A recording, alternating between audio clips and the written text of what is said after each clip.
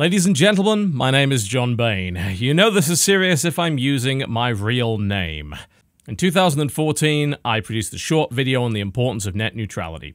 The fact that I'm having to talk about this again in 2017 is frankly ridiculous. But unfortunately, the FCC in the United States is in the process of attempting to once again abolish net neutrality. They're doing it with the unbelievably dishonestly named Restoring Internet Freedom Act.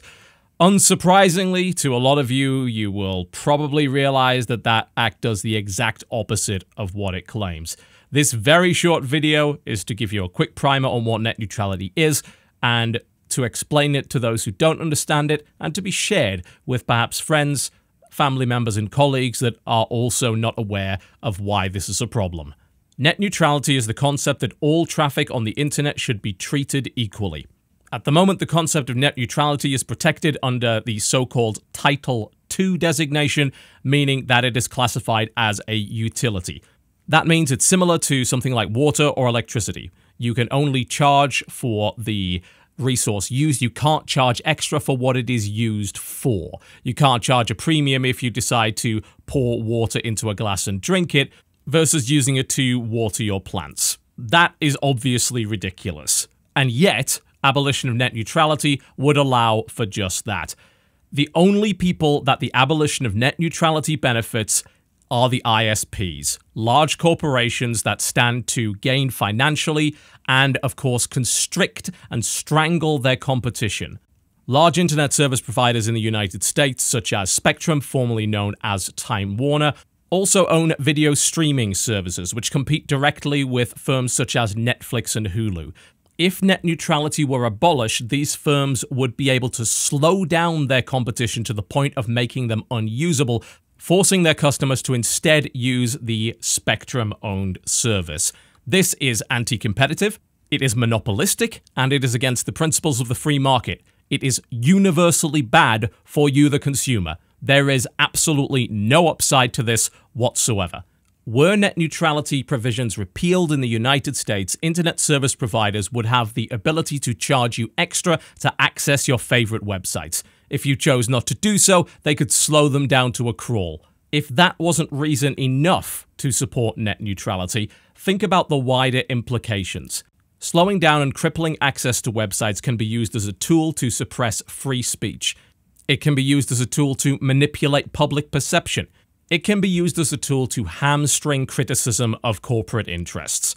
The abolition of net neutrality can quite literally be used as a tool to undermine democracy. Many political issues are complex, nuanced, and there is often not a simple right answer. There is no easy right or wrong. There is no black and white. There are no opposing teams here. Whether you lean left or right, up or down, it doesn't matter. The abolition of net neutrality is a net negative for every consumer there is. The only people to benefit from this are internet service providers.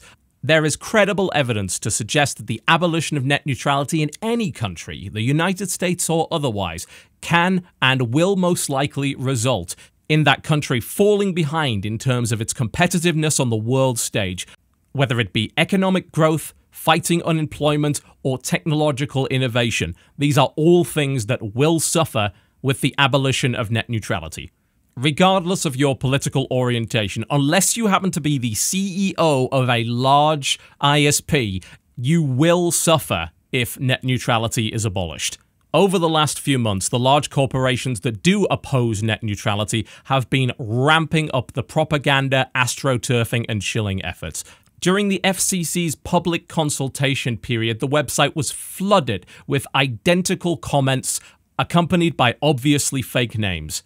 The FCC received over 128,000 identical anti-net neutrality comments. While it is entirely possible that some people have been misled into believing that the Restoring Internet Freedom Act actually does that thing, the vast majority of these comments were posted by bots. Comcast attempted to aggressively shut down the site ComcastAstroturf.com with a cease and desist order. Make no mistake about it, these large corporations are actively fighting to take away your rights, to take away your freedom, to inconvenience you, and to charge you more money for the same service you are currently getting now. This is not a partisan issue. This is an issue of consumers versus malicious corporate interests. July the 12th is the Net Neutrality Day of Action, and yes, there are things that you can do to help. I've included a list of links in the description below this video, which includes sources that back up everything I've said today, as well as methods to easily contact US Congress members and the FCC.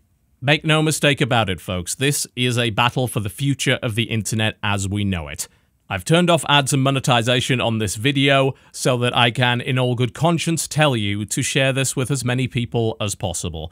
Regardless of whether or not you live in the United States or you don't, this is going to be an issue for you one way or the other. It's important to raise awareness, it's important to educate, and it is important that the astroturfing efforts and dishonest behavior of major corporate ISPs are not left unanswered.